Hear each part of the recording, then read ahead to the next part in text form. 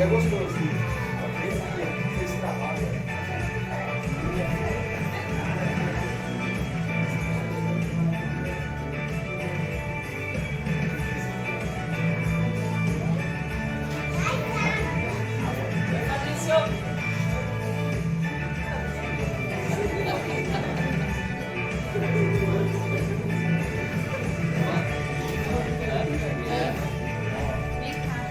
Só os autógrafos a gente deixa só no final do curso.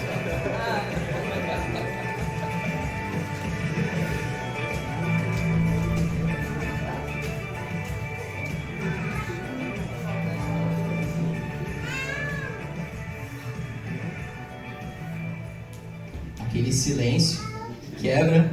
Vamos se colocar de pé.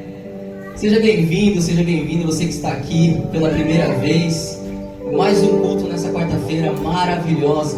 Como é bom estar aqui. Amém? Amém. Como é bom estar aqui em comunhão, em comunidade, louvando ao nosso Deus. Convido você, junte a sua voz, a sua adoração. Este é o momento em que nós estamos destinando para o culto ao Senhor. Hoje é dia de culto. E eu realmente espero que você tenha trazido a sua oferta de adoração nesse momento. Vamos juntos!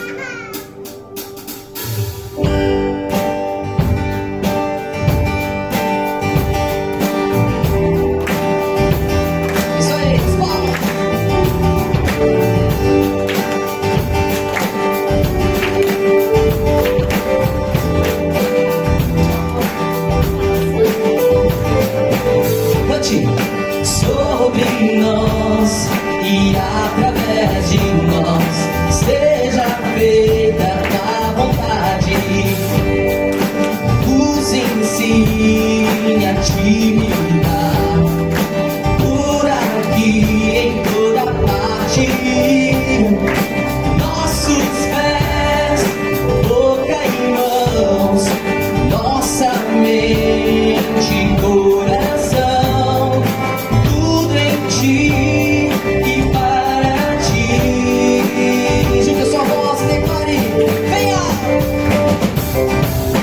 Venha sobre nós, teu reino, faz reinar em nós a tua luz. Quem pode esconder uma casa sobre um monte?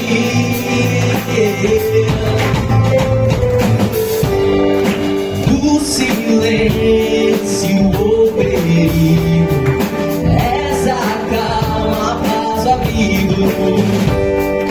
És amor em ação, esperança e a canção. Dos que choram és consolo, e dos famintos profusão, dos perdidos salvação. Ó, vem, Senhor, venha sobre nós, teu reino, faz reinar em nós a tua luz. Quem pode esconder uma casa sobre um monte? Vem, Senhor, venha sobre nós, teu reino, faz brilhar em nós a tua luz. Quem pode esconder uma casa sobre um monte?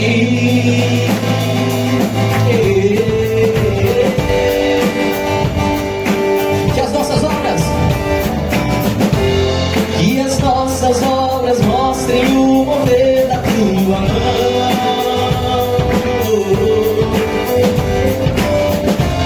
O sal que dá sabor, é a luz que brilha com o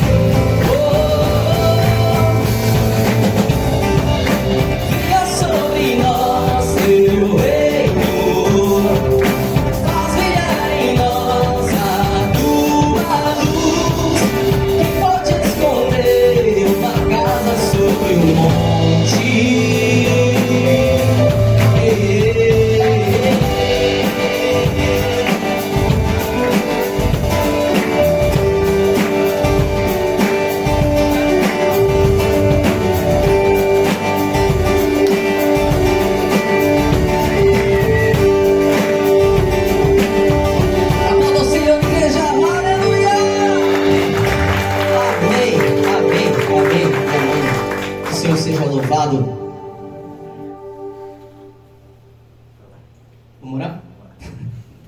Vamos orar. Convido a todos a fecharem seus olhos, abaixarem suas cabeças. Pai, obrigado. Obrigado por esse momento maravilhoso. Obrigado porque nós estamos aqui. Obrigado porque o Senhor nos trouxe. Obrigado porque esse tempo é precioso com o Senhor. E obrigado também porque o Senhor anda conosco. É tão bom saber que nós não estamos sozinhos. E melhor ainda que às vezes o Senhor faz com que os outros, às vezes pessoas que estão até perdidas, pessoas que até te conhecem, mas escolheram não andar com o Senhor. É interessante e nos conforta saber que até de ouvir essas pessoas, o reconhecimento de que o Senhor anda conosco. É muito bom. É muito bom poder refletir e saber que, por mais que as dores possam surgir, por mais sacrificioso que seja essa vida, tudo no final vai valer a pena. Vai valer a pena. Te agradecemos. Agradecemos, ó Pai, por tanto que o Senhor tem derramado as tuas bênçãos, as tuas misericórdias sobre nós. E que esse aqui seja um momento oportuno para que aqueles que ainda não se renderam a Ti possam se render por completo, entregar o controle de suas vidas ao Senhor. Muito obrigado. Te agradecemos em nome de Jesus. Amém. Amém. Amém. Amém. Boa noite a todos. Boa noite. Eu vou sem microfone mesmo. Dá para ouvir no fundo? Dá. Tranquilo? É muito bom estar aqui de volta. Estava algumas semanas fora viajando. Só algumas, né? Muitas semanas. Mas como é bom estar aqui. E o que eu fiquei muito feliz de ver são pessoas que eu não tinha visto antes. Pessoas novas que vieram enquanto a gente estava fora. A viagem foi muito boa. Mas o nosso foco hoje é no Senhor, como a gente começou a cantar. Eu quero ler rapidamente só o primeiro trecho de Salmos capítulo 8. Salmos capítulo 8, que a Renatinha vai conseguir colocar. Só os primeiros 4 versículos. O salmista, ele fala assim, no primeiro versículo, ele fala: Senhor, Senhor nosso, como é majestoso o teu nome em toda a terra. Tu, cuja glória é cantada nos céus. Dos lábios das crianças e dos recém-nascidos, firmaste o teu nome como fortaleza, por causa dos teus adversários, para silenciar o inimigo que busca vingança. Quando contemplo os teus céus, obra dos teus dedos, a lua e as estrelas que ali firmaste, pergunto: quem é o homem, o que é o homem, para que com ele te importes, e o filho do homem, para que com ele te preocupes? E realmente é uma pergunta muito válida. A gente pensa nesse Deus tão grande, tão majestoso, um Deus que é onisciente, soberano, criador de todas as coisas, tão grande. Daí a gente olha para as nossas vidas e nós somos tão pequenos e muitas vezes fracos e frágeis. E aí de repente a gente pergunta: será que Deus realmente se preocupa comigo? Né? Será que Ele realmente presta atenção na minha vida? Ele conhece o meu coração, aquilo que está passando na minha vida? E a resposta é sim. E é incrível pensar nisso. Neste momento, aqui, neste lugar, algo sobrenatural está acontecendo. Amém. O Criador de todo o universo literalmente está aqui entre nós em espírito. Então, quando nós cantamos, estamos cantando para Ele. Não apenas palavras para o ar, esperando que vai chegar lá em cima. Não, estamos falando com um ser verdadeiro que está aqui entre nós. E só o fato de que esse Deus tão poderoso, tão grandioso, se preocupa com você, isso deve fazer você cair de joelhos em adoração e louvor, e se animar, e se alegrar, e levantar a sua voz, e cantar esses louvores a Ele, porque Ele é digno, nós não somos. Mesmo assim, sem merecer, Ele se preocupa, Ele nos ama, Ele te conhece. Então entregue o seu louvor a Ele hoje, a sua adoração, e já prepare o seu coração para ouvir o que Ele tem para dizer para você hoje. Porque é uma troca, né? Nós cantamos louvores a Ele e Ele promete a falar aos nossos corações, né? Por meio da palavra dEle. Então, enquanto você canta, preste atenção naquilo que você está cantando. Talvez vamos cantar uma música que você já cantou 1000 vezes. Não deixe isso ser apenas rotina. Preste atenção. Cante focado nele, cantando para ele. Eu sei que isso vai edificar o seu coração, com certeza. Olha, antes da gente voltar para os louvores, nós vamos ter um momento de contribuição financeira. Não sei se você veio preparado para isso, se já contribuiu ou não, eu não sei, mas a gente sempre quer dar essa oportunidade durante o culto. Tem informação aqui, se você for fazer de forma digital, tem uma cestinha aí na mesa do fundo, onde fica o café, para você depositar, sabendo que toda contribuição é voltado para a honra e glória do Senhor. Lembre, estamos aqui neste lugar, é uma grande bênção estar aqui, alugando esse auditório, mas não é o lugar permanente. Estamos orando para que Deus abra as portas, mas para isso acontecer, nós temos que ter recursos para poder achar um lugar e fazer aquele lugar uma casa permanente para essa igreja que Deus está construindo. Então, fique à vontade, entenda que quando você investe na obra do Senhor, Ele vai te abençoar. Ele não promete riquezas físicas, talvez sim, mas Ele promete riquezas espirituais e principalmente riquezas celestiais, quando tudo isso passa. Então, entre você e Deus, fique à vontade, enquanto a equipe toca esse instrumental, faça isso e louve o Senhor junto conosco.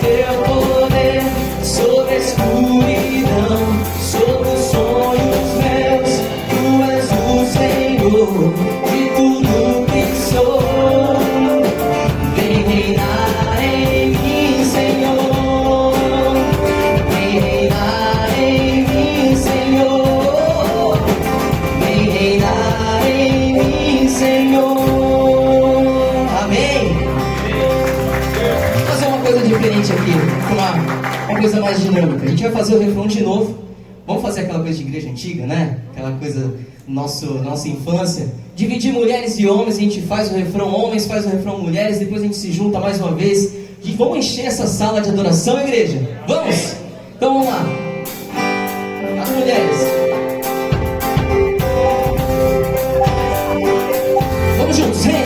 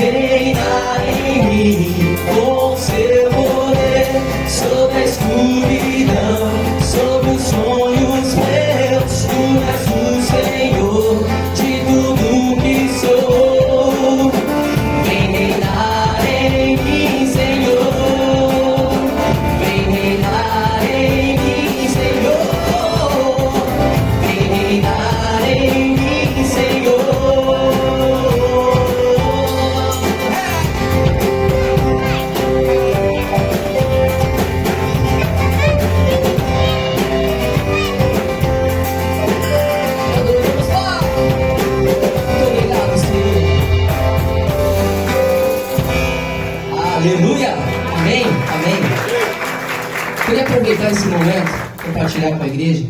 Não sei se alguém observou no momento em que eu estava orando. Aconteceu algo hoje e eu quero compartilhar isso como um testemunho.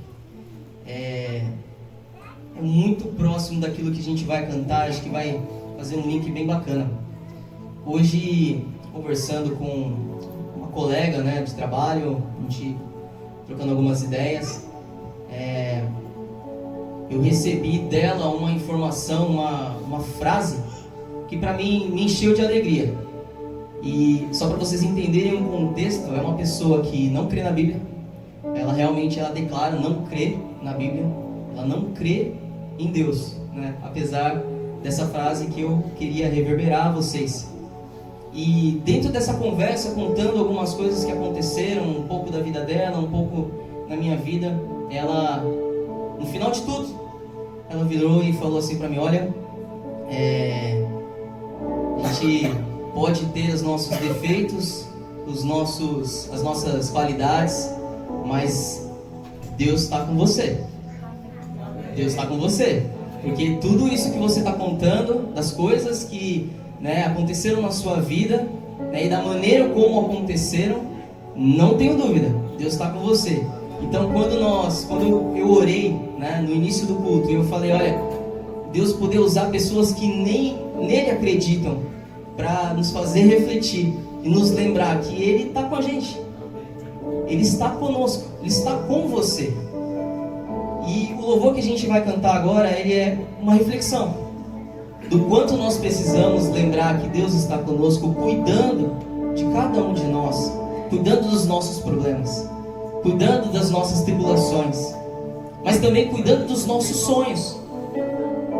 Se você está aqui, se você tem uma decisão importante, se você está aqui e existem pessoas dentro da sua casa até, que estão vendo o seu comportamento, a sua postura diante do Senhor, Deus está com você.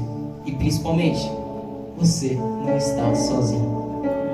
Deus está cuidando de todas as coisas. Meu irmão, minha irmã, quero convidar você a refletir nesse louvor, nesse momento. Vamos cantar e adorar a Ele.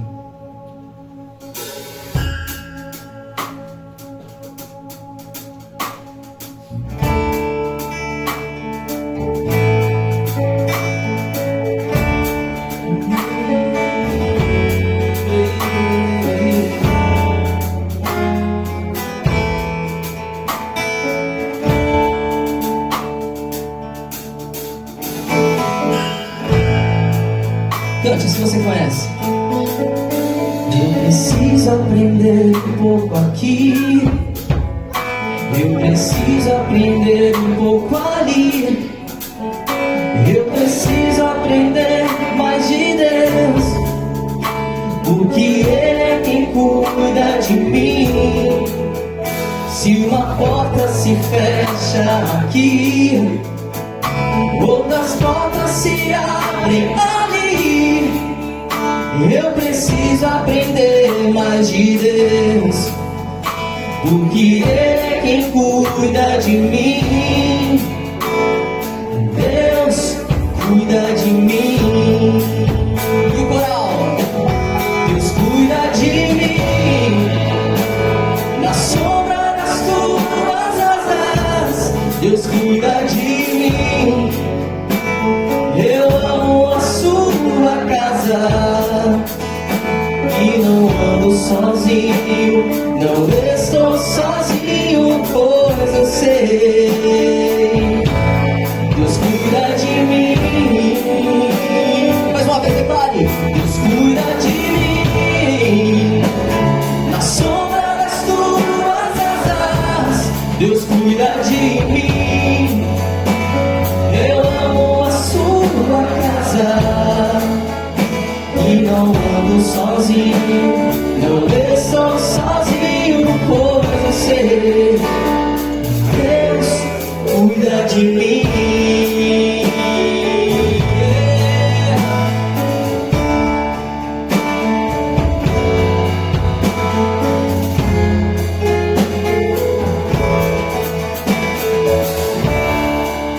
Agora que a gente tem ensaio, você pode contar mais forte, declarar o nosso Deus. Se e a vida não tem direção e preciso tomar decisão. Eu sei que existe alguém que me ama, Ele quer me dar a mão. Se uma porta se fecha aqui, outras portas se abrem ali. Eu preciso aprender mais de Deus, porque Ele é quem cuida de mim. Deus cuida de mim. Deus cuida de mim. Na sombra das tuas asas, Deus cuida de mim. Eu amo a sua casa e não ando sozinho, não estou sozinho, pois eu sei Deus cuida de mim. Deus cuida de mim. Na sombra das tuas asas, Deus cuida de mim.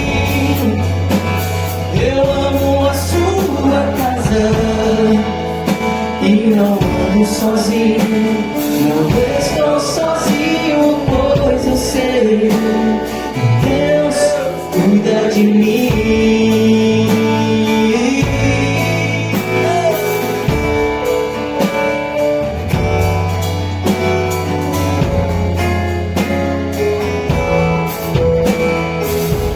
Quero convidar a igreja mais uma vez a cantar no refrão. Somente as vozes agora. Deus cuida de mim, na sombra das tuas asas, Deus cuida de mim.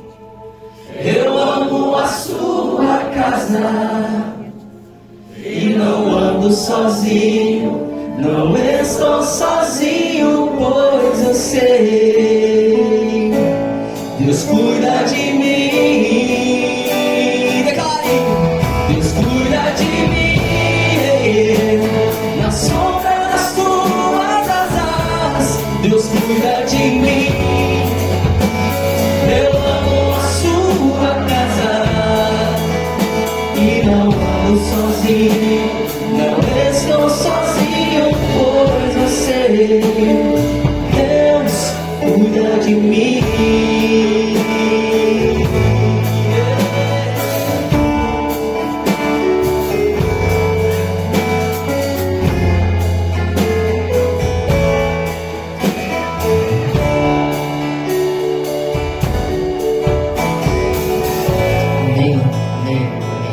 Você está, feche os teus olhos, vamos falar com o nosso Deus. Pai, muito obrigado.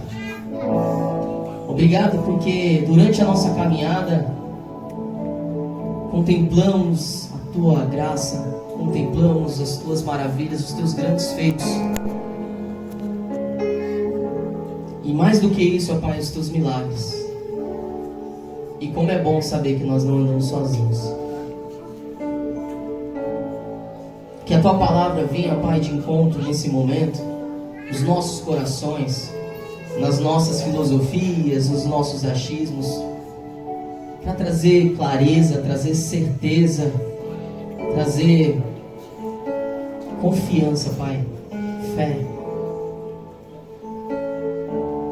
Saber que nós não estamos sozinhos é muito bom. Saber que nós estamos no centro da tua vontade, melhor ainda. Opera, Pai, dentro desse corpo, dessa igreja, dessa comunidade e nas pessoas que estão ao redor. Que essa cura que o Senhor trouxe em nossos corações, em determinado dia, o momento em que nos encontramos contigo, Pai, declaramos nos arrepender dos nossos pecados e declaramos o Senhor como nosso Salvador, que esse mesmo remédio, que essa cura possa alcançar as outras pessoas e que possa alcançar através da nossa boca, que não seja apenas só uma oração para que outro irmão de outra comunidade alcance aqueles que estão necessitados, mas que essa comunidade aqui no Massaguaçu possa crer que nós não estamos sozinhos, que nós andamos com Deus Santo e Todo-Poderoso, Soberano, que às vezes, dentro dos nossos pensamentos, pensamos que as coisas são impossíveis, mas para o Senhor não há nada que não seja possível. Então eu peço, Pai, que o Senhor quebrante ainda mais um pouco os nossos corações nessa noite, que o Teu Espírito Santo possa achar livre para nos dizer aquilo que o Senhor quer, o que o Senhor deseja, confirmar as perguntas que estão aqui ávidas para serem respondidas, mas principalmente, Pai, para nos ajudar a ser um como o Senhor, a nos aproximarmos ainda mais contigo. Te adoramos. Muito obrigado. Obrigado por esse momento maravilhoso. Te adoramos em nome de Jesus. Em nome de Jesus. Amém. Não deve saber, a não ser que nos siga no Instagram ou no YouTube, que a gente até tem canal no YouTube agora, estamos chiques, graças ao Bruno aí. Estamos numa sequência, numa exposição sequencial do livro de Atos. Isso nos traz alguns desafios. Nós não escolhemos o que vamos pregar, e sim o texto da semana que vem. Então, me sobrou falar sobre falsas marcas, enquanto o Léo, nosso irmão querido, na semana passada trouxe boas marcas. Eu vou trazer algumas marcas pesadas hoje. Não eu, o texto de Atos 13. E nós nem estamos há tanto tempo aqui. Em Massaguaçu, talvez 6 meses, eu já perdi a conta, confesso, mas já estamos quase no meio do livro de Atos. Atos 14 vai ser nosso divisor de águas. Ainda bem que temos mais outros 65 livros para degustar aí ao longo dos vários anos pela frente, mas já estamos quase no meio. E hoje eu vou dar continuidade a isso que foi visto na semana passada. Vou falar de um lado falso da história. Então abre aí, Atos capítulo 13. Já foi lido, verso 1 a 3. Foi objeto da pregação da semana passada, mas eu quero reler com você. Atos capítulo 13, verso 1 a 3. A palavra do Senhor diz assim: Na igreja de Antioquia havia profetas e mestres, eles Barnabé, Simeão, chamado Níger, ou Níger, o Lúcio de Cirene, o Manaém, que fora criado com Herodes, o tetrarca, e Saulo, o apóstolo Paulo conhecido. Verso 2: Enquanto adoravam ao Senhor e jejuavam, o Espírito disse: Separem Barnabé e Saulo para a obra que eu os tenho chamado. Assim, depois de jejuar e orar, impuseram-lhe as mãos e os enviaram. O Léo, então, trouxe esses 3 versos, uma belíssima reflexão sobre marcas da igreja saudável, marcas presentes nesses 3 versos. Eu quero sempre fazer isso, à medida que a gente dá alguns passos para frente, a gente dá um para trás para relembrar o que vimos, ou para contextualizar. Ele falou que a igreja é plural. Isso está no verso 1 ali, né, que eu tentei ler com pausa. Normalmente, quando temos vários nomes, a gente passa rápido, né, na Bíblia, essas genealogias aí, esse monte de nome, mas os nomes têm sentido. Então, temos ali várias pessoas de várias etnias. O Níger, uma tradução ali, seria uma tradução direta para negro, uma ideia de alguém que veio da África, não sei, do norte da África ali, né? Tinha ali também o Manaém, que era criado com Herodes, foi criado com Herodes. Tinha o Saulo, que era um baita de um fariseu, criado ali aos pés da lei. Tinha um monte de gente misturada. Tinha o Barnabé, que vendeu tudo, né? Doou tudo vendeu seu terreno e doou aos pés dos apóstolos. Então, era uma igreja plural. Pessoas diferentes, de histórias bem diferentes, em torno de uma única história, a história do Evangelho, da graça de Deus. Uma membresia plural, uma liderança plural até, porque esses eram os profetas e mestres da igreja, né? Aqueles que ensinavam. Havia uma diversidade, uma belíssima diversidade, suficiente diversidade na Bíblia e naquela igreja primeira, né? E também essa igreja era independente. A igreja de Antioquia, que para você, se está lendo pela primeira vez, pode parecer uma igreja qualquer, mas a igreja de Antioquia é fruto de um trabalho de Jerusalém, um trabalho de plantação, não direto, Claro que as pessoas foram expulsas de Jerusalém. Se você não acompanhou essa série até aqui, não leu Atos, houve uma perseguição tão forte que expulsou as pessoas de Jerusalém. Eles se espalharam e alguns chegaram a Antioquia, uma cidade importante do Império Romano. Lá se estabeleceram. E essa igreja, quando já estava ali meio que funcionando, a igreja de Jerusalém mandou o Barnabé para lá, a ponto de ele até se mudar para lá, porque ele está morando em Antioquia já há um tempo. Então a igreja de Jerusalém apoiou aquela igreja de Antioquia, e agora essa igreja de Antioquia já está independente, já está vivendo por seus membros, né? Já tinha recebido o apoio espiritual de Jerusalém, mas agora caminha com suas próprias pernas, totalmente independente de Jerusalém, até eu estar os apoiando financeiramente, os capítulos anteriores, mas totalmente dependente do Espírito Santo. A gente vê esse agir do Espírito várias vezes aqui nesses versos, vamos falar já já. Então, uma igreja plural, uma igreja independente e uma igreja missionária, bem missionária. Eles separaram Barnabé e Saulo para iniciar uma gigantesca obra missionária. Paulo vai ser o maior dos missionários daquela época, se não de toda a história, eu imagino. Não sei como comparar essas coisas, mas Paulo foi sensacional assim nessa expansão do evangelho, não por ele, mas pela graça do Senhor através dele. Então, 3 importantíssimas marcas: a pluralidade, a independência e a missão, características daquela igreja do primeiro século.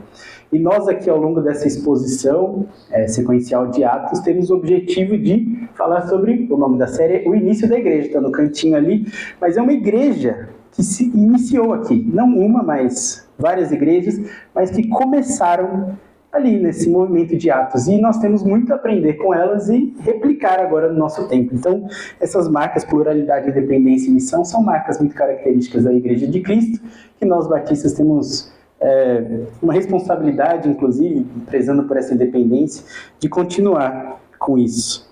Enfim, depois de refletir sobre essas boas marcas, hoje eu tenho que falar sobre marcas da igreja verdadeira também, mas marcas que ela não pode ter, ou não deveria ter. Por isso o tema falsas marcas. E os próximos versículos, agora a gente vai seguir, né, do verso 4 em diante, vai mostrar um embate ferrenho ali entre Paulo, o apóstolo Paulo, e um falso profeta.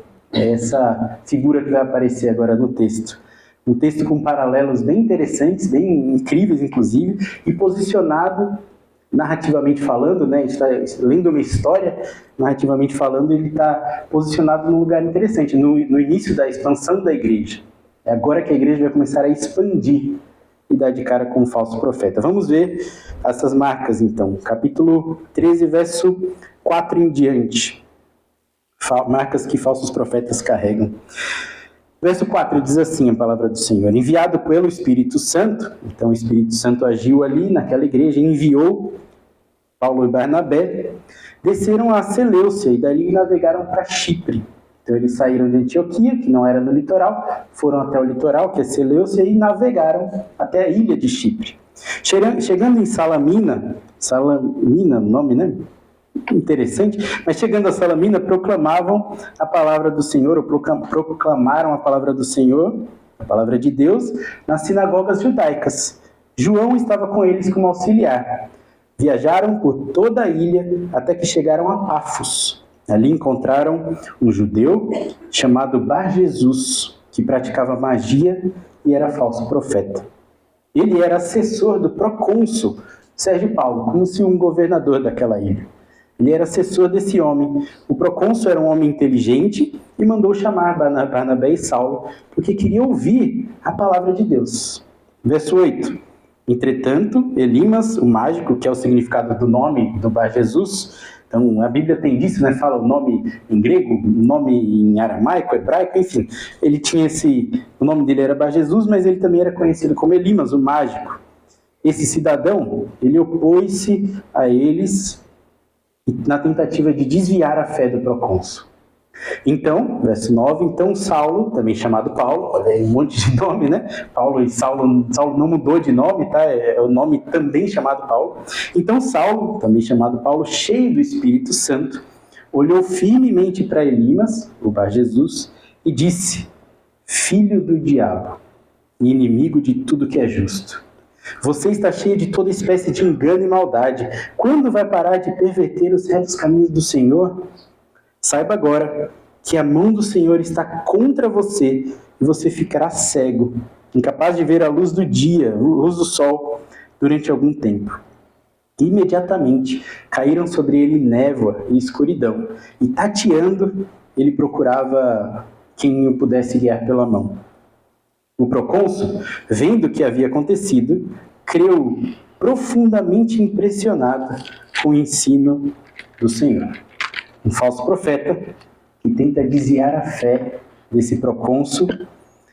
Ele não queria que de alguma forma ele ouvisse a palavra de Deus, e é uma cena interessantíssima e bem posicionada logo no início da expansão da igreja, logo no início das missões que vão começar a acontecer. Mas antes de entrar de fato aqui para falar sobre esse Bar Jesus, eu tenho uma primeira observação interessante, que eu já até pontuei, mas ela é fundamental para a gente tratar sobre esse tema. Perceba que Paulo, Barnabé e João, era essa a equipe missionária, né? Paulo, Barnabé e João, naquele momento, na ilha, eles estavam, sim, enviados pela igreja de Antioquia, né? A igreja separou eles e os enviou, mas eles são, na verdade, conduzidos, direcionados pelo próprio Espírito Santo de Deus. Isso está muito claro nos versos 2, 4, várias vezes aparece isso. Perceba a ênfase, eu vou ler novamente os versos 2 a 4. Perceba a ação do Espírito Santo nesse processo, né? Enquanto eles adoravam ao Senhor e jejuavam, o Espírito Santo disse: separem Barnabé e Saulo, né, para a obra que tem chamado. Assim, depois de jejuar e orar, impuseram as mãos e enviaram. Então, eles estavam jejuando, já estavam adorando ao Senhor. O Espírito, de alguma forma, diz àquela igreja: separe esses dois e envie. A igreja ainda entra em oração e jejum, e depois, no verso 4, enviados pelo Espírito Santo. Há uma ênfase muito grande. Eles foram para Seleucia e navegaram para Chipre. Essa viagem de Paulo, Saulo, Barnabé e João, ela foi arquitetada por Deus. Não há dúvida quando a gente lê isso. O Espírito Santo de Deus é que viabiliza essa viagem, né? Possibilita que eles saiam lá de Antioquia, naveguem, cheguem em Chipre e vão andar aí por aquela ilha, né? É Ele, é o Senhor, que conduz aquela equipe missionária para aquele local específico e que promove esse encontro com o Bar Jesus. A igreja de Antioquia faz esse envio com muita devoção, muita oração, jejum e tudo mais, mas é Ele, o Senhor, o nosso Deus, o mesmo Deus de antes, daquele tempo e de agora, é que envia aquela equipe para aquele local e promove aquele encontro. E não está escrito aqui, mas nós cremos, como cristãos que somos, que foi o próprio Espírito que também inspirou esse texto sagrado. Ele foi, sim, escrito por seres humanos, né, homens que viveram, que escreveram de acordo com as suas experiências de vida e tudo mais, mas esse texto também foi escrito por Deus. Temos um autor com letra minúscula terreno, né? um autor que colocou a pena do papel no papel e escreveu, mas nós também temos um autor com letra maiúscula, o próprio Deus. Esse texto foi inspirado por Deus. O mesmo Espírito Santo que enviou aquela equipe para aquele local, também inspirou o texto sagrado, inspirou o Lucas, que é o autor de Atos, a escrever, a relatar esse fato. Dentre os vários eventos que devem ter acontecido ali na ilha de Chipre, Deus inspirou Lucas a escrever este relato, o encontro com o falso profeta. Coube a Lucas registrar somente isso. Perceba lá no verso 6, que fala que eles viajaram por toda a ilha, até que chegaram a Pafos. Né? Certamente muitas coisas aconteceram nessa ilha. Tanto na saída de Antioquia, na viagem de barco, muitas coisas aconteceram. Chipre é gigantesca, a gente não está falando de uma ilhotazinha aqui. Vou ali e volto. É uma ilha, na verdade, é uma ilha gigantesca. Eles se desceram na cidade de Salamina, que é mais ou menos no meio dessa ilha, e andaram até o outro extremo, lá em Pafos, uma viagem de aproximadamente 140 quilômetros a pé, 30 horas viajando. Deve ter acontecido muita coisa, vários dias. Mas Lucas só registra o encontro com o falso profeta. E um parênteses rápido aqui: se você está lendo a Bíblia e encontra o nome de uma cidade, tenha curiosidade de colocar no Google, serve para isso também o Google, né? O ChatGPT não vai mostrar as fotos, mas o Google mostra. Coloca lá para você ver Pafos, a ilha de Creta, a ilha de Chipre, Antioquia. Essas cidades existem e são reais. Isso aqui não é texto inventado, não é Crônicas de Nárnia, embora seja muito bom. É texto real, é relato histórico. Essas cidades existem e são belíssimas, inclusive. Tem gente que paga caro para fazer um cruzeiro nas ilhas do Mediterrâneo, né? Paulo foi de graça, como missionário, viajou nessa... Coloque lá, tem essa curiosidade, coloque a ilha... Não agora, coloque lá a ilha de Chipre, é sensacional o lugar. Paulo foi lá confrontar um falso profeta, não foi na praia nem nada, mas enfim, quer dizer, não sei. Uma viagem de 30 horas, bem grande, esse trajeto deve ter bastante história, mas Lucas registra só isso. Verso 5 lá, ó. Chegando a Salamina, proclamava a palavra de Deus nas sinagogas judaicas, plural. Ele passou por várias sinagogas. O que aconteceu? Eu queria saber. Essa era a estratégia evangelística de Paulo, inclusive, muito presente nos próximos passos aqui de Atos, nas cartas dele. Ele ia nas sinagogas, falava com aqueles que entendiam ele com mais afinidade, afinal ele era um judeu e tanto.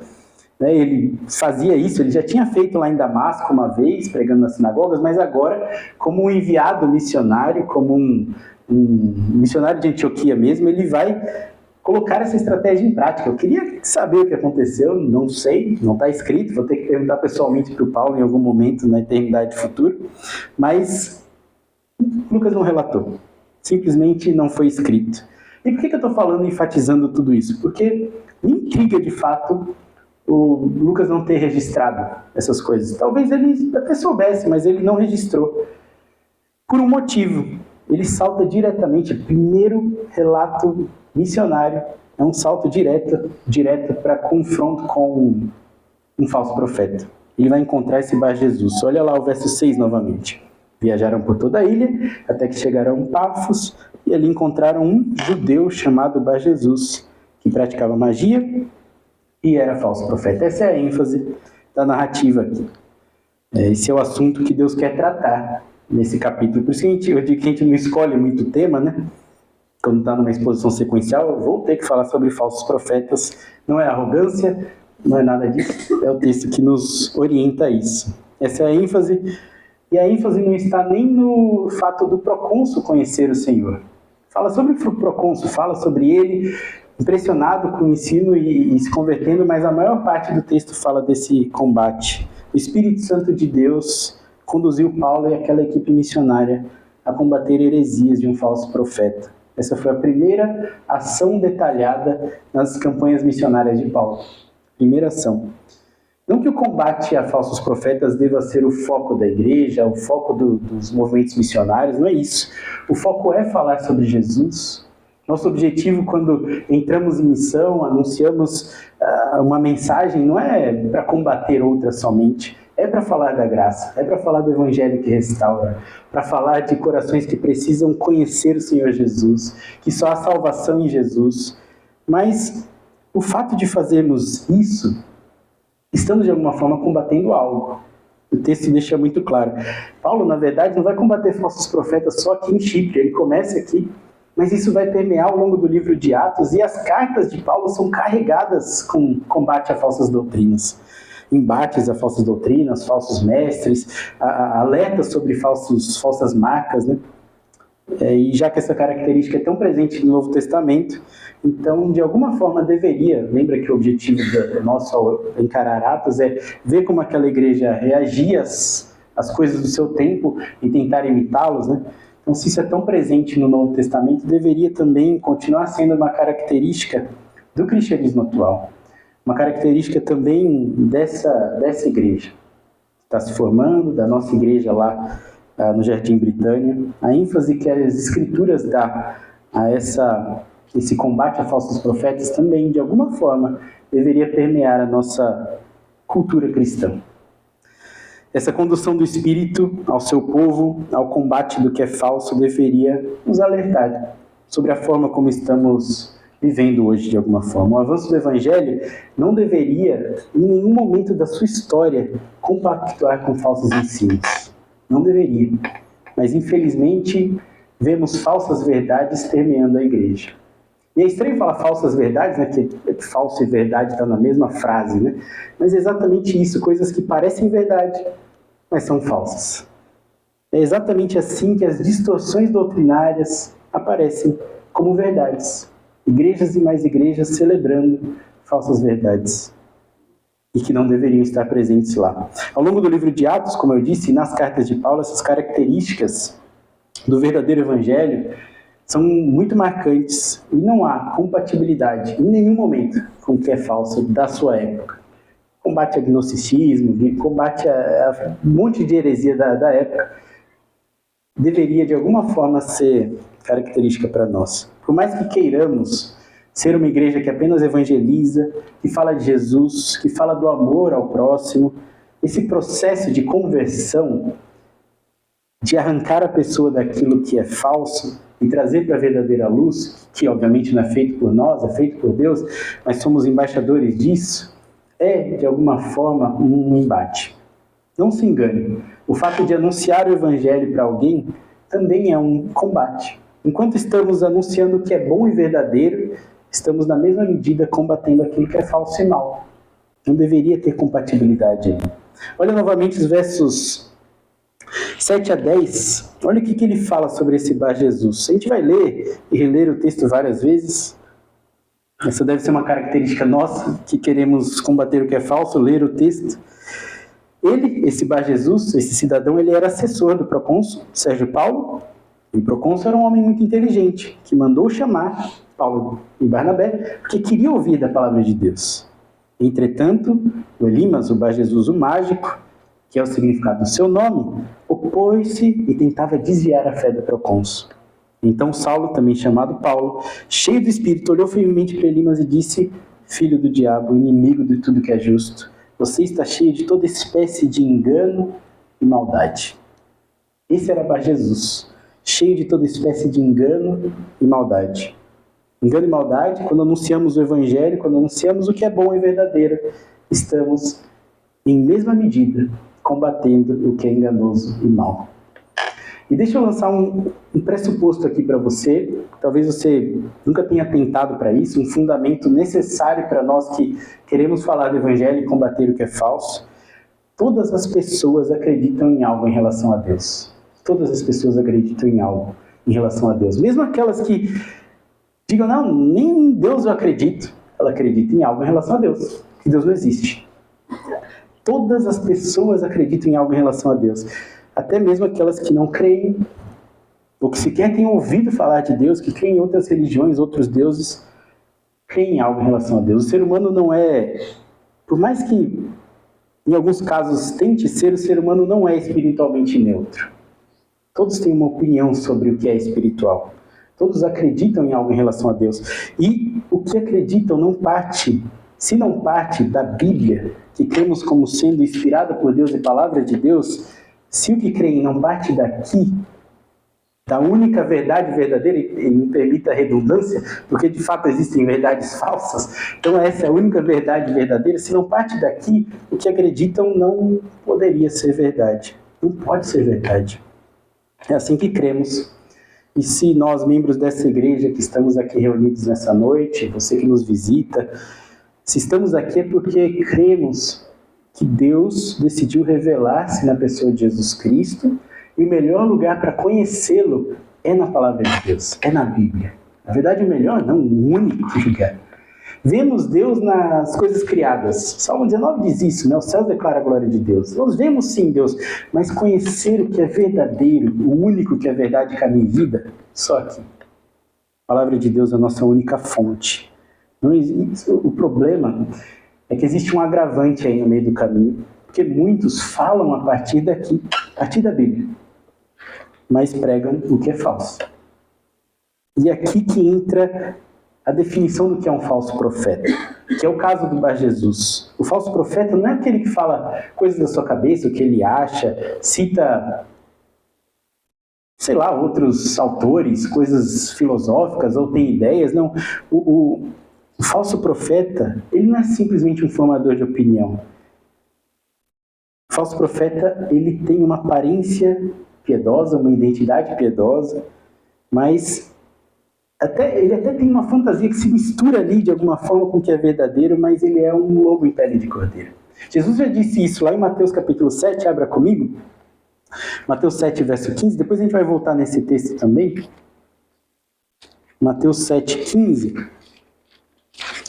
diz o seguinte: tenham cuidado, Jesus falando, dentro daquele sermão belíssimo que ele fez na montanha, ele diz: tenham cuidado com os falsos profetas, eles vêm a vocês vestidos de pele de ovelhas, mas por dentro são lobos devoradores.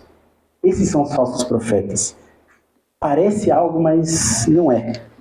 Então eu quero, falando sobre esses falsos profetas, eu quero reler um trecho de Atos 13 e identificar essas marcas, essas falsas marcas que estão presentes aqui nesse texto. Eu quero ler com calma, de novo, já é, sei lá, a quarta vez que a gente lê o mesmo texto, mas isso é importantíssimo para que a gente não se engane ao postular fundamentos, postular marcas que não estão no texto. Então, leia comigo novamente, a partir do verso 7. Ele era, o Bar Jesus, ele era assessor do procônsul, Sérgio Paulo. O procônsul, sendo um homem culto, mandou chamar Barnabé e Saulo, porque queria ouvir a palavra de Deus. Mas Elimas, o mágico, ele se opôs a eles e tentava desviar a fé do procônsul. Então, Saulo, também chamado Paulo, cheio do Espírito do Senhor, olhou firmemente para Elimas e disse: filho do diabo, inimigo de tudo que é justo, você está cheio de toda espécie de engano e maldade. Quando que vai parar de perverter os retos caminhos do Senhor? Primeira coisa importante, eu pulei o verso 6, mas ele fala no 6 que ele praticava magia e era falso profeta. Quero ler o 6 que eu pulei. Viajavam por toda a ilha até que chegaram a Pafos, e ali encontraram um judeu chamado Bar Jesus que praticava magia e era falso profeta. Bar Jesus, ele era judeu, ele tem um lastro bíblico, ele não fala do nada, ele tem alguma bagagem teológica, ele conhecia o que nós chamamos hoje por Antigo Testamento, isso que o judeu tanto zelava, né? O Antigo Testamento era a Bíblia deles, a única Bíblia disponível até então, e é evidente que ele ensinava a partir dela. Isso porque o texto deixa claro que ele praticava magia, mas não só isso, ele era um falso profeta. O fato de dizer que ele era um falso profeta aponta diretamente para o Antigo Testamento, para essa ideia de verdadeiro profeta. Ter magos na corte, então a gente está falando do Antigo Testamento, ter magos na corte era algo muito comum. Vemos ao longo de todas as escrituras, eles auxiliavam ao rei, o governante, né? Enfim, não só o rei, mas auxiliava o governante a tomar decisão, interpretava sonhos. Eles eram astrólogos, de alguma forma, né? Não astrônomos, astrólogos mesmo, que vai evoluir para essas coisas de signo e tudo mais. A gente não sabe se é o caso do Bar Jesus, se o Sérgio Paulo, o procônsul daquela ilha, o governador daquela ilha, ele tinha Bar Jesus como sendo esse assessor para isso, né? Para conselhos, o texto não diz. Ou se ele usava da sua magia meio que para enganar o procônsul, não é muito claro. Mas o que fica claro é que ele não se vale só da magia. Ele também falava da parte de Deus. Lucas deixa claro que ele era mago e também falso profeta. O que era mais proeminente nas suas falas? A magia, a astrologia, os conselhos, os sonhos, as coisas mais? Ou a palavra de Deus? A gente não sabe, mas parece que ele misturava as duas coisas. E aqui fica uma primeira característica, uma primeira falsa marca de um falso profeta, uma marca de um falso profeta. Ele fala a partir da Bíblia, mas ele não usa só a Bíblia. E eu não quero que me entendam mal, sabe? Então ele cita uma literatura, ele cita alguma coisa, um livro, um teólogo, é errado? Não é isso. Mas Bar Jesus fazia algo, ele misturava o ocultismo, a astrologia, com a Bíblia. Ele deturpa a Bíblia para falar alguma coisa que era interessante para ele. Então, melhor escrevendo talvez essa primeira marca, ele usa a Bíblia, ele parte da Bíblia, mas ele deturpa a Bíblia. Isso é uma característica do falso profeta. Ele não ensinava as escrituras ao Sérgio Paulo. Não é à toa que ele estava desejoso para ouvir a palavra de Deus, né? Ele chama o Barnabé e o Saulo porque ele queria ouvir a palavra de Deus. O que Bar Jesus ensinava, embora tivesse aspectos espirituais, não era a palavra de Deus. Mas como é que a gente sabe que ele ensinava coisas espirituais? Porque o verso 8 fala que ele tentou até desviar a fé. Algo espiritual ali. Né? Ele tentou desviar a fé do procônsul, né, quando Saulo chegou ali. Então ele tenta desviar a fé. E essa é uma segunda marca característica. Então a primeira, ele parte da Bíblia, ele usa a Bíblia, mas deturpa a palavra de Deus. E a segunda, ele intencionalmente busca desviar a fé dos que lhe ouvem. São duas características intensas, pesadas. O falso profeta está arrastando pessoas para o inferno, intencionalmente, e para o seu benefício. E aqui entra um paradoxo, talvez, algo mais filosófico mesmo. Será que o falso profeta sabe que ele está arrastando pessoas para uma condenação eterna? Sim, sabe como é que ele tem coragem de fazer isso? Estou falando de vida eterna, de pessoas. É difícil de responder isso, mas eu particularmente creio, e aqui não é o texto falando, sou eu, né? Uma observação da minha realidade, de onde a gente está inserido, de tantos falsos profetas que a gente vê, rede televisiva, YouTube, Instagrams entupidos de seguidores. Eu particularmente creio que aquelas pessoas que dissimuladamente enganam, não creem em nada do que pregam. Para mim é impossível que elas creiam em céu e inferno. Porque ter coragem de arrastar alguém para o inferno, para o seu benefício próprio? Essas pessoas são tão céticas, tão espiritualmente frios, que são capazes de se valer de um texto poderoso, mas para doutrinar pessoas para o seu propósito. Se você já leu não, né? Também é um livro, né? O livro de Eli, o filme, não vou dar spoiler, claro, mas você deve entender do que eu estou falando, sem spoilers. Crê no poder transformador daquela palavra, mas não crê no Deus daquela palavra. A Bíblia tem um poder, e pessoas sabem disso e valem-se dela. Mas bem, o texto seguindo ali, nos versos 9 e 10, fala que Saulo a acusa de ser filho do diabo, inimigo de tudo que é bom. E a Bíblia chega a ser até cômica às vezes,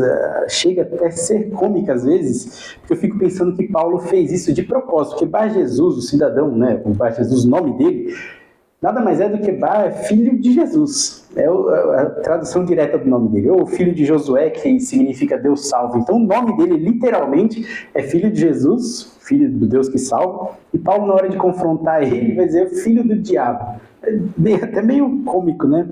Mas deixa essa terceira marca muito evidente. E não é nova, Jesus já tinha falado sobre isso, que eles se vestiriam com peles de cordeiro. Esses falsos profetas, eles parecem como filhos de Deus, mas na verdade são filhos do diabo. Isso é muito pesado.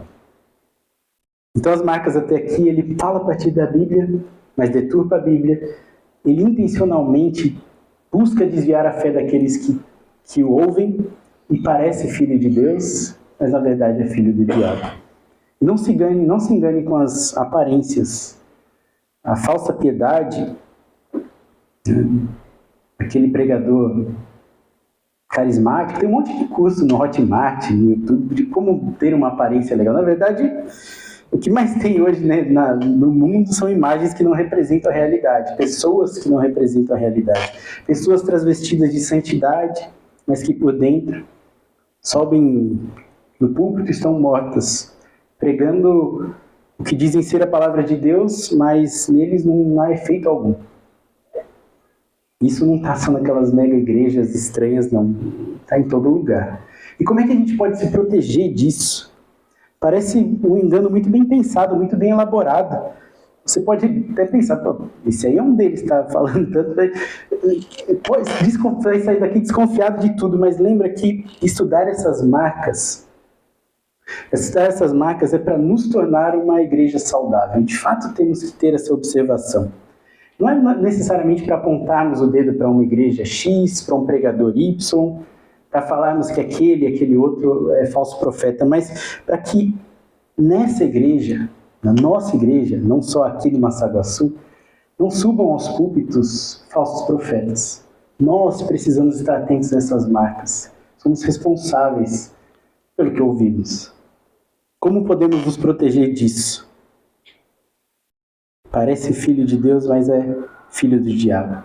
Jesus deixou características ou instruções muito claras lá em Mateus 7. Se você abriu comigo, volte lá. Mateus 7, 15 a 20 agora. Como é que eu posso me proteger de pessoas que parecem filhos de Deus? Como é que eu vou saber que é filho do diabo? Mateus 7, 15 a 20. Jesus diz o seguinte, né? O 15 a gente já leu. Tenham cuidado com os falsos profetas. Eles vêm a vocês vestidos de pele de ovelha, mas por dentro são lobos devoradores. E no 16 ele diz, pelos seus frutos vocês os reconhecerão. Alguém pode colher uvas de um espinheiro ou figos de uma erva daninha? Semelhantemente, toda árvore boa dá frutos bons, mas a árvore ruim dá frutos ruins. Uma árvore boa não pode dar frutos ruins. Tampouco uma árvore ruim pode dar frutos bons. Toda árvore que não produz bons frutos é cortada e lançada ao fogo. Assim, pelos seus frutos, vocês o reconhecerão. Repete no verso 16 e 20. E recheia com uma ilustração de árvore boa, árvore ruim. Jesus está dizendo que só tem uma forma de se proteger disso. Dessa falsidade tão dissimulada. Conhecer os frutos daquele que te ensina. E, irmãos, não conseguiremos ver frutos reais de postagens no Instagram. Não conseguiremos ver frutos reais de frases curtas no antigo Twitter, que eu nem sei o nome dele agora. X, é isso aí. Não conseguiremos ver frutos nos shorts do YouTube. Não dá. Só conheceremos frutos verdadeiros através de relacionamento. Relacionamento. Conheça os seus pastores. Conheça aqueles que ensinam os seus filhos. Conheça. Jesus está dizendo, é só pelos frutos que você vai saber. Só pelos frutos. Veja de perto os frutos daquela pessoa. E frutos demoram para aparecer, não é um contato só. Relacionamentos verdadeiros é que demonstrarão, de fato, se essas pessoas são falsos profetas ou verdadeiros profetas. Busca, primeiro, fala a partir da Bíblia, mas deturpa a palavra de Deus. Intencionalmente tenta desviar as pessoas que os ouvem, desviar a fé daqueles que os ouvem. Parece filho de Deus, mas é filho do diabo. E a quarta marca é o verso 10, que a gente já leu. Filho do diabo, inimigo de tudo que é justo, cheio de toda espécie de engano e maldade, e perverte os retos caminhos do Senhor. Inimigo do que é justo, cheio de engano e maldade, perverte os caminhos do Senhor. Então, para resumir, para não ficar uma marca muito grande, pessoas que são contrárias a Deus. Pode parecer redundante, ó, se a pessoa é filho do diabo, né? Lógico que é contrário a Deus, mas não é tão claro assim. Não é tão óbvio assim. Filhos de Deus reais, são aqueles que creem em Jesus Cristo como suficiente Salvador. Aqueles que, João capítulo 1, verso 12, né, diz aqueles que receberam, que creram, Deus lhe deu o privilégio, o direito de se tornarem filhos de Deus. Os que não creem em filhos de Deus, eles já estão afundados em seus pecados, num lamaçal de trevas, mas isso não quer dizer que eles sejam militantes contra Deus. Não. Talvez alguém nunca tenha tido um contato verdadeiro com Deus. Nunca tenha conhecido o Evangelho, o poder restaurador da graça de Deus. Nunca teve contato, de fato, com a mensagem de esperança. Mas isso não quer dizer que eles militam contra Deus. São ardilosos, malignos mesmo, sabe? Tentando perverter os retos caminhos do Senhor. Essa é uma característica do falso profeta. Esses que não conheceram a Deus verdadeiramente são igualmente condenáveis e culpáveis diante de Deus. Mas tem uma diferença. O falso profeta, ele busca dissimuladamente destruir o evangelho por dentro. Inimigo de Deus. Busca uma implosão daquilo ali, mas não enquanto ele está no poder, não, porque ele tem como usufruir daquilo. Mas quando ele não estiver mais, ele finge que está a favor de Deus, porque tem benefícios nessa vida, mas é contrário ao Senhor. O Bar Jesus, ele se viu desesperado ali, quando o evangelho chegou, né? Quando o Saulo e o Barnabé chegam contando do Evangelho. Ele percebeu que ele podia, talvez, perder seus privilégios como procônsul, como assessor do procônsul, né? E ele tenta, dissimuladamente, destruir a fé daquele homem. Falava a partir da Bíblia, mas deturpava ela. Intencionalmente tentou desviar a fé do procônsul, do Sérgio Paulo. Ele parecia filho de Deus, até o nome dele dizia filho de Deus, mas é filho do diabo, e dissimuladamente contra Deus. O apóstolo Paulo, ele era apóstolo. Pode parecer redundante isso, ele era apóstolo, ele tinha prerrogativas de apóstolo, ele carregava algumas características que nós não temos hoje. Ele podia chegar diante dessas falsas marcas e dizer o que ele disse: saiba que o Senhor é contra você, você vai ficar cego. Ele podia fazer isso, ele é apóstolo, mas nós não temos esse poder. Ainda bem, né? Imagina, você vai ficar cego, não tem mais isso. É prerrogativa de apóstolo.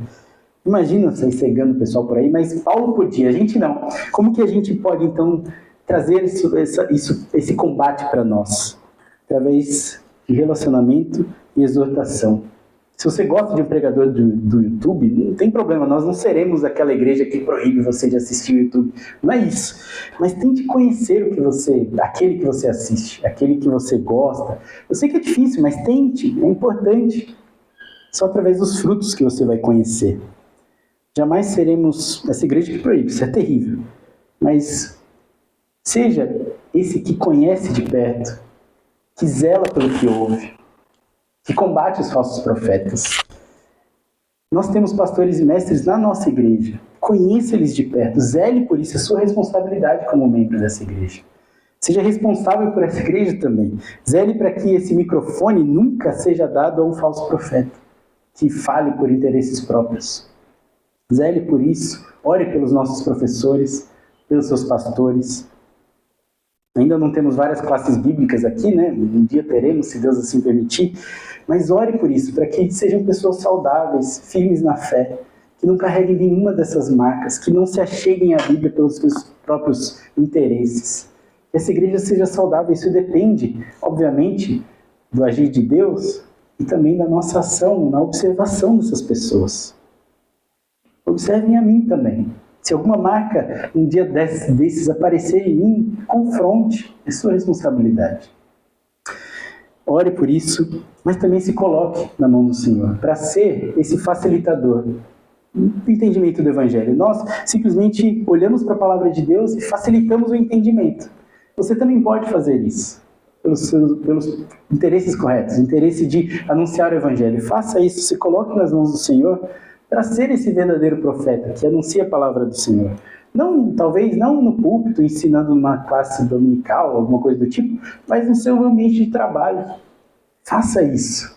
O mundo precisa de pessoas sinceras que querem levar a verdadeira palavra do Senhor.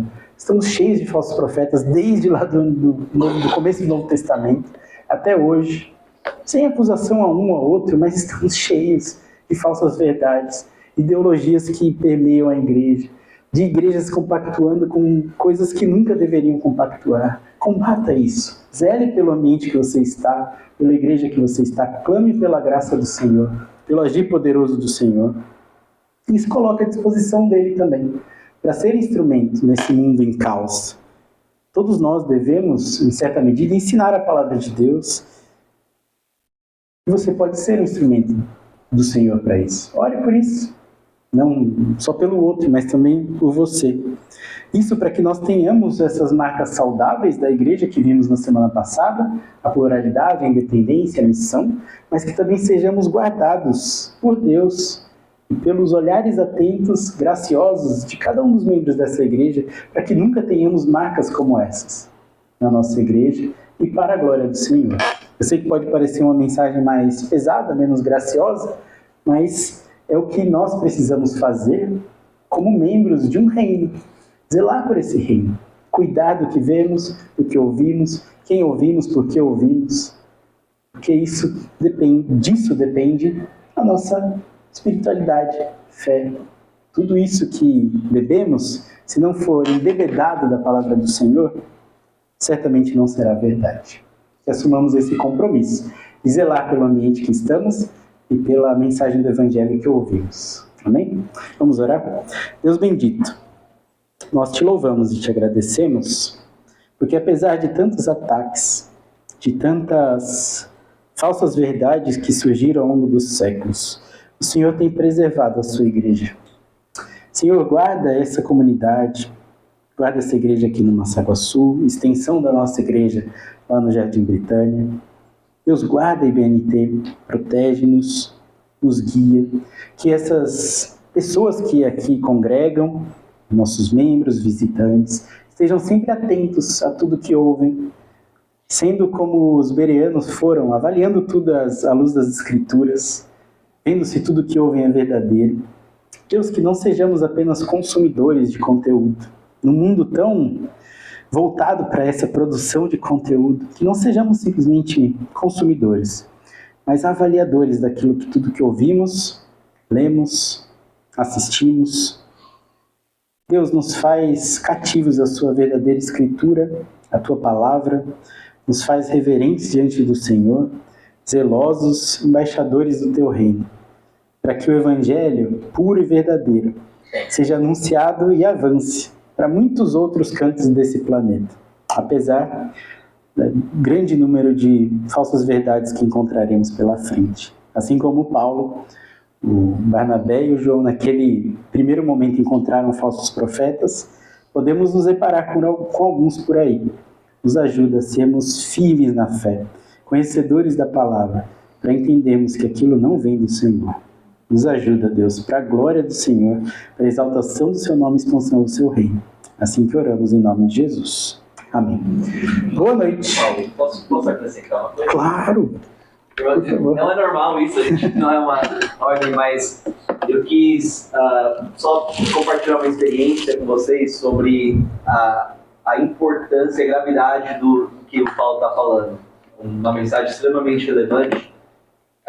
Uns anos atrás, teve um senhor da nossa igreja que começou a faltar nos cultos. E a gente percebeu que já fazia um tempo, então eu